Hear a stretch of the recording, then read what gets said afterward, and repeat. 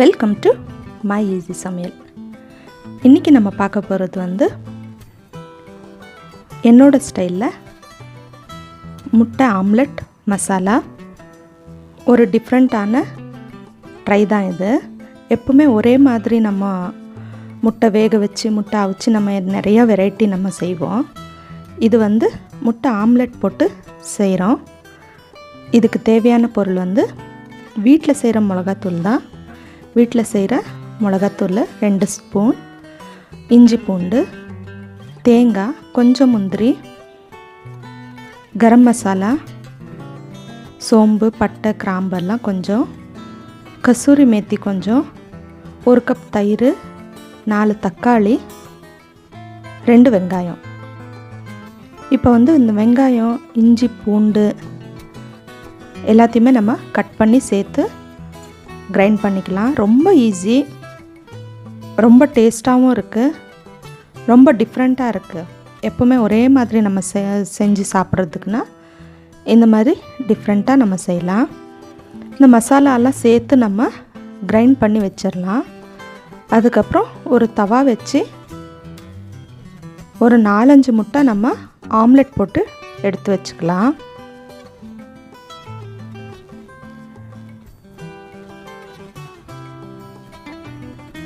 இந்த மாதிரி ஆம்லெட் போட்டு நம்ம ஒரு 4-5 முட்டை நம்ம எடுத்து வச்சுக்கலாம். இப்போ ஒரு கடாயில் கொஞ்சம் எண்ணெய் சேர்த்துட்டு கிரைண்ட் பண்ண எல்லா மசாலாவையும் சேர்த்து நல்லா செவக்க வறுத்துக்கணும்.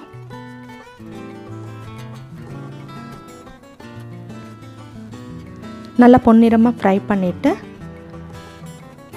அப்புறம் நம்ம அரைச்சி வச்சுருக்கிற தக்காளி சேர்த்து நல்லா ஃப்ரை பண்ணிடலாம். தக்காளி சேர்த்ததுக்கப்புறம் கொஞ்சம் உப்பு சேர்த்துக்கோங்க, சீக்கிரமாக ஃப்ரை ஆகிடும்.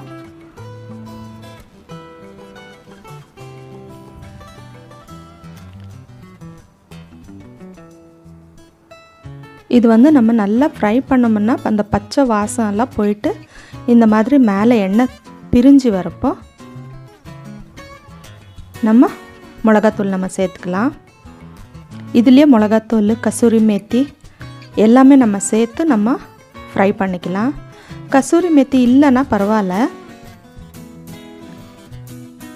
ஆனால் சேர்த்துக்கிட்டிங்கன்னா ரொம்ப டேஸ்ட்டாக இருக்கும். அது ஒரு பேக்கெட் கசூரி மேத்தி நீங்கள் வாங்கி வச்சுக்கினாக்கா நீங்கள் எல்லா வகை டிஷ்ஷுக்குமே நீங்கள் சேர்த்துக்கலாம். ரொம்ப டேஸ்ட்டாக இருக்கும், அந்த ஃப்ளேவரே ரொம்ப நல்லாயிருக்கும். இந்த அளவுக்கு ஃப்ரை ஆனதுக்கப்புறம் தயிர் சேர்த்துக்கலாம்.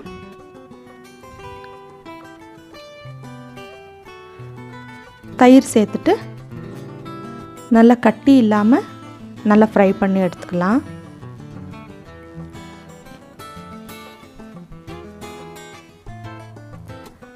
இது நல்லா ஃப்ரை ஆனதுக்கப்புறம் நம்ம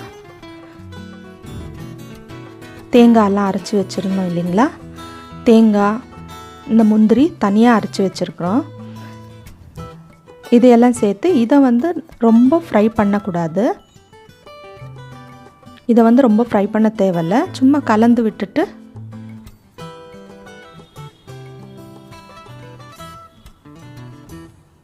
நல்லா கலந்து விட்டுட்டு இதில் நம்ம கொஞ்சம் தண்ணி சேர்த்துக்கலாம்.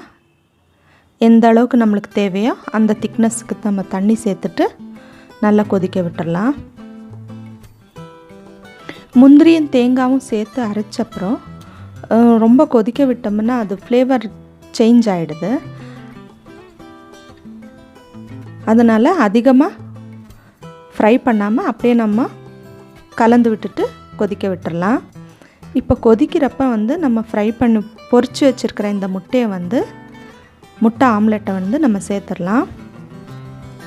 நான் வந்து இன்றைக்கி ஒரு 5 ஆம்லெட்டை நான் சேர்த்துருக்குறேன்.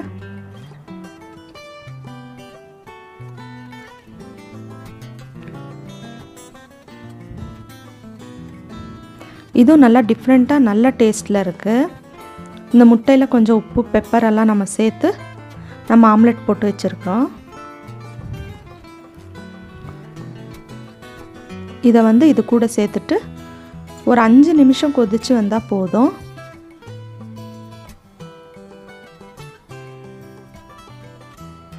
பாருங்கள், இந்த மாதிரி ஒரு 5 நிமிஷம் நம்ம கொதிக்க வச்சு எடுத்தோம்னா நல்ல சூப்பரான எக் ஆம்லெட் கிரேவி ரெடி ஆயிடுச்சு. இது சப்பாத்தி கூட, ஒயிட் ரைஸ் கூட, தோசை கூட எல்லாத்துக்கூட ரொம்ப நல்ல காம்பினேஷனாக இருக்கும்.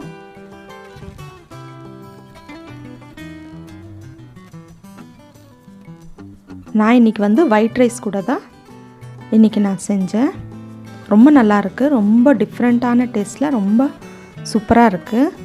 கண்டிப்பாக ட்ரை பண்ணி பாருங்கள். எப்பவும் ஒரே மாதிரி செய்கிறதுக்கு ஒரு நாளைக்கு ஒரு மாதிரி வெரைட்டியாக நம்ம செய்யலாம்.